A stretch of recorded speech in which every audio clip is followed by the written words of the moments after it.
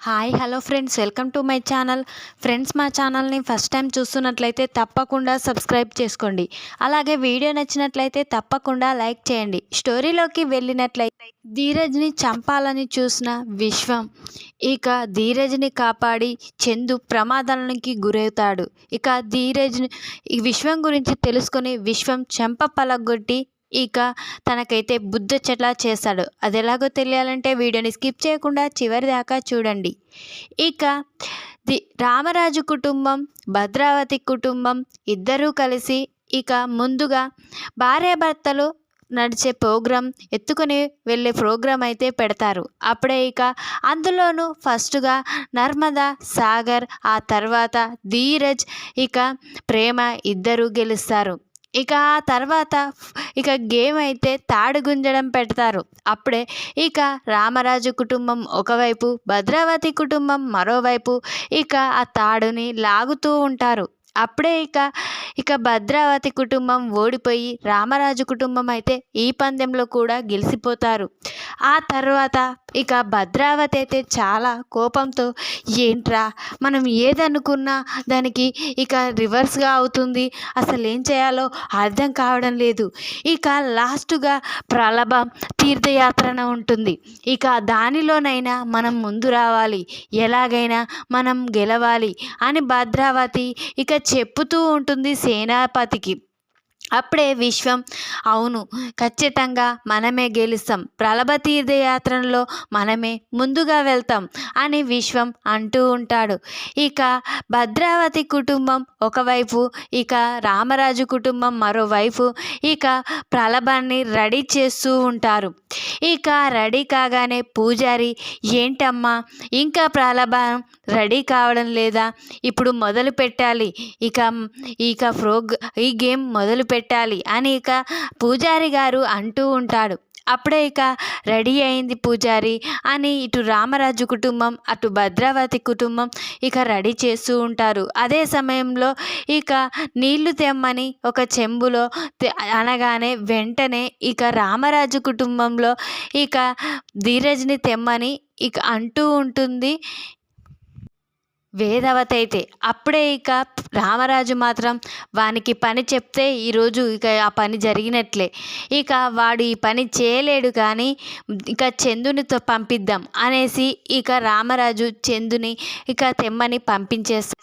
మరోవైపు భద్రావతి ఏమో ఇక విశ్వంని పంపించేస్తుంది. చందు తీసుకురావడానికి వెళ్తాడు కదా, అదే సమయంలో తను ప్రేమించిన అమ్మాయి ఎదురుపడుతుంది.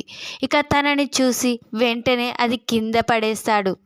ఇక అది చూసిన ధీరజ్, ఏంటన్నయ్యా ఏం జరిగింది, ఎందుకు ఇలా పడేశావు, ఇది అపచారం అని అమ్మ చెప్పింది కదా అని ఇక అంటూ ఉంటాడు ధీరజ్ అయితే. అప్పుడే ఇక ధీరజ్ ఇక అమ్మాయిని చూసేసరికి ధీరజ్కి గుర్తుకు వస్తుంది, అన్నయ్య ప్రేమించిన అమ్మాయి కదా అని గుర్తుకు వస్తుంది. ఏంటన్నయ్య తనని మర్చిపోలేకపోతున్నావు, అయినా కానీ నాన్నకిచ్చిన మాట కోసం తనని మర్చిపోతున్నావు అని ఇక ధీరజ్ అంటూ ఉంటాడు. ఏం చేయమంటావురా, ఇక నాన్నకు మాట ఇచ్చాను, ఇక నాన్న మాటే ఇక నాకు విలువ, ఎందుకంటే నాన్న ఇక నేను కాదని పెళ్లి చేసుకుంటే నాన్న ఏమైపోతాడని భయంగా ఉందిరా, అందుకే ఇలా చేశాను అని ఇక అంటూ ఉంటాడు ఇక చందైతే. అప్పుడే ఇక సరేది, ఇక నువ్వు అక్కడ నిల్చొని ఉండు, నేనే ఆ వాటర్ తీసుకువస్తాను కానీ అని ధీరజ్ వెళ్ళి ఇక చెంబులో ఇక తీసుకువచ్చి చందుకి ఇస్తాడు. ఇది నువ్వు తీసుకువెళ్ళరా, నేను తీసుకువెళ్తే నాన్న మళ్ళీ కోప్పడతాడు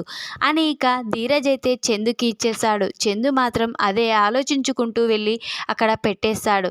ఇక చందు ముఖం చూసిన వేదావతి, ఏంట్రా ఏం జరిగింది, అంత బాధగా ఉన్నావేంటి అని అంటూ ఉంటుంది. ఏమీ లేదమ్మా అని అంటూ చందు అయితే. అప్పుడే ధీరజ్ చందు ముఖం చూసి, అన్నయ్య నాన్నకిచ్చిన మాట కోసం తన ప్రేమని చంపేసుకున్నాడు, ఇక అమ్మాయిపై ఎంత ప్రేమన్నా తన ప్రేమని మాత్రం దాచుకున్నాడు గుండెల్లోనే అని ఇక ధీరజ్ కూడా ఆలోచిస్తూ ఉంటాడు. ఒకవైపు ప్రలభ పోటీ స్టార్ట్ అవుతుంది. ఇక మైక్లో అనౌన్స్ చేస్తారు. అప్పుడే ఇక ప్రలభాలు తీసుకొని అందరూ ఇక పరిగెత్తడం అయితే మొదలు పెడతారు. ఇక అందరూ పరిగెత్తు సమయంలో ఇక రామరాజు కుటుంబమే ముందు ఉంటుంది. అప్పుడే భద్రావతి అయితే ఇక చాలా కోపంతో ఉంటారు.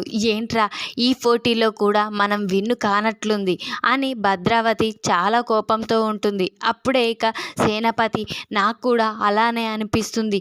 ఇప్పుడు నేనేం చేయాలి? ఇటుపక్క కూతుర్ని అటుపక్క చెల్లెల్ని దూరం చేసుకున్నాను. ఇక ఆ రామరాజు వల్లే ఇక వానిపై ఏ రోజు గెలవలేకపోతున్నాను అని సేనాపతి చాలా కోప్పడుతూ ఉంటాడు. ఇక రామరాజు కుటుంబం అయితే ప్రలాభం మోసుకుంటూ వచ్చి ముందుగా వస్తుంది. అది చూసిన పూజారి ఇక రోజు ఎప్పటికీ సంవత్సరం చేసే ఈ గుడి ఆచారాల మేరకే ఇప్పుడు ఈ ప్రలాభ పోటీలో గెలిచిన రామరాజు వాళ్ళే ముందుగా పూజ జరిపించాలి. ఇక ఈ ప్రతిసారి ఇలానే జరుగుతుంది. రామరాజు కుటుంబమే పూజ ముందుగా జరుపుకుంటున్నారు అని అనౌన్స్ చేస్తాడు ఇక పూజారి అయితే. ఇక రామరాజు కుటుంబం మాత్రం చాలా సంతోషంతో ఉంటుంది. అటుపక్క విశ్వం ఇక ధీరజ్ని చంపాలని చూపించిన ఒక రౌడీలను పెడతాడు కదా. ఆ రౌడీలు మాత్రం ప్రలభన తీసుకువచ్చే సమయంలో ఇక వాళ్ళకి ఆ సమయం కుదరదు ధీరజ్ని చంపడానికి. ఇక దానికోసమే ఎదురు చూస్తూ ఉంటారు. అప్పుడే విశ్వం వచ్చి ఏంట్రా నేను ఆ సమయంలో వాళ్ళని చంపేయాలి అన్నాను, కానీ మీరు మాత్రం ఇంకా ఆ పని చేయలేరు అని ఇక విశ్వం అయితే రౌడీలని అంటూ ఉంటాడు. అప్పుడే ఇక రౌడీలు ఏం సార్ ఎలా చేయాలి, అంతమందిలో ఇక వాడున్నాడు ఎలా చంపేయాలి అని రౌడీలు అంటూ ఉంటారు. అప్పుడే ఇక విశ్వం అయితే ఈ ఈ జాతర అయిపోయేసరికి ఎలాగైనా వాడిని చంపేయాలి అని ఇక అంటూ ఉంటాడు విశ్వం అయితే. అప్పుడే రౌడీలు సరే అని ఇక తల ఊపేస్తారు. అప్పుడే ఇక ధీరజ్కి అయితే ఫోన్ రావడం గమనిస్తాడు విశ్వం అయితే. చూడండి వానికి ఫోన్ వచ్చింది, వాడు పక్కకు వెళ్తున్నాడు, ఒంటరిగా ఉంటాడు, వెంటనే కత్తిపోటుతో వాడిని చంపేయాలి అని చెప్పగానే రౌడీలు సరే అని ఇక ధీరజ్ వెళ్ళే వైపే వెళ్తారు. అటు పక్క చందు కూడా చాలా బాధతో ఒంటరిగా తిరుగుతూ ఉంటాడు. తను ప్రేమించిన అమ్మాయి కూడా అక్కడికి రావడం చాలా బాధపడతాడు. ఇక తననే గుర్తుకు చేసుకొని అటు ఇటు ఒంటరిగా తిరుగుతూ ఉంటాడు. ఇక రౌడీలు కత్తితో ఇక ధీరజ్ని చంపడానికి వస్తుండడం గమనిస్తాడు ఇక చందు అయితే.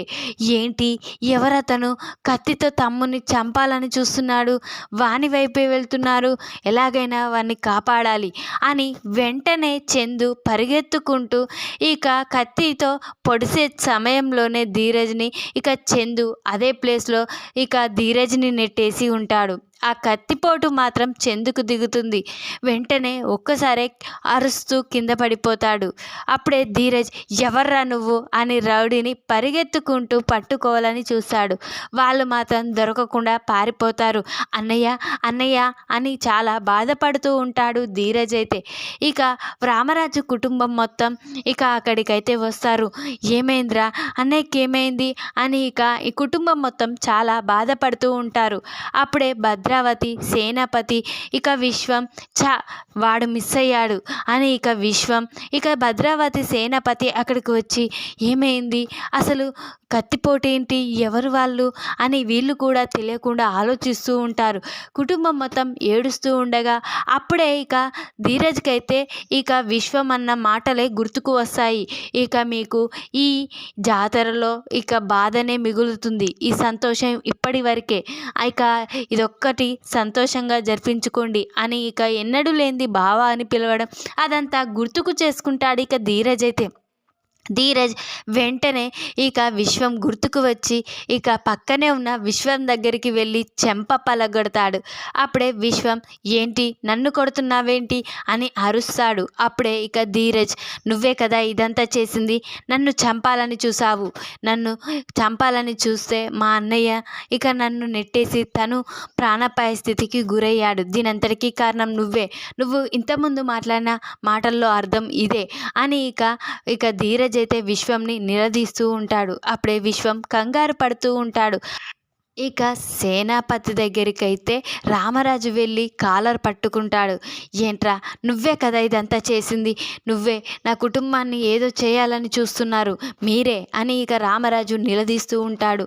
అప్పుడే ఇక విశ్వం అయితే మా నాన్నకి ఏమీ తెలీదు, నేనే ఇక ధీరజ్ని చంపాలని చూస్తున్నాను, నా చెల్లెలు నా ఇంటికి రావాలని చూస్తున్నాను, ఇక దానిలో ఈ చందుకి కత్తిపోటు దిగింది అని ఇక విశ్వం అయితే నిజమంతా చెప్పేస్తాడు. అప్పుడే ఇక ధీరజ్ ఏ తప్పు చేయలేడు. ధీరజ్ మన కుటుంబం పరువు పోకుండా తను నన్ను ఆ రోజు కాపాడకపోతే ఈరోజు నేను చనిపోయేదాన్ని అని ఇక ప్రేమ అయితే ఈ విశ్వంకి తన కుటుంబానికి ఇక చాలా బాధపడుతూ చెప్తుంది. ఇక నుండైనా ఇక మా కుటుంబం వైపు మా కుటుంబం జోలికి కానీ రాకండి. ఇక మా కుటుంబం ఏ తప్పు చేయలేదు. ఈరోజు నేను ఇలా మంచిగా బ్రతికి ఉన్నానంటే కారణం ధీరజే. ఆ రోజు నేను ఒక అతన్ని ప్రేమించాను, కానీ తను మాత్రం నా డబ్బుని ఇక మన ఆస్తిని చూశాడు. ఆ దాన్ని చూసే నన్ను ప్రేమించినట్లు నటించి నన్ను తీసుకువెళ్ళి మోసం చేశాడు. ఇక ఆ మోసం ఇక అందరికీ తెలిసిపోవడంతో ఇక నేను తప్పు చేశానని అందరూ అనుకుంటారని వెంటనే ధీరజ్ నా మెడలో తాళి కట్టాడు. ఇక తాళి ఇక తన మీద ఆ నింద వేసుకున్నాడు. ధీరజ్ ఏ తప్పు చేయలేదు. ఇక నుంచి నా కుటుంబం జోలికి కానీ ధీరజ్ జోలికి కానీ వస్తే మాత్రం నేను ఊరుకోను అని ఇక ప్రేమ అయితే తనకు జరిగిన నిజం మొత్తం ఇక తన తండ్రి అయిన సేనాపతికి, విశ్వంకి, ఇక భద్రావతికి తెలిసేలా చేస్తుంది. ఈ విధంగానైతే ఇక విశ్వం అయితే ఇక ధీరజ్ గొప్పతనాన్ని అయితే తెలుసుకుంటాడు. ఈ వీడియో కనుక మీకు నచ్చినట్లయితే లైక్ చేయండి. మరిన్ని వీడియోల కోసం ఛానల్ని సబ్స్క్రైబ్ చేసుకోండి ఫ్రెండ్స్. Thanks for watching.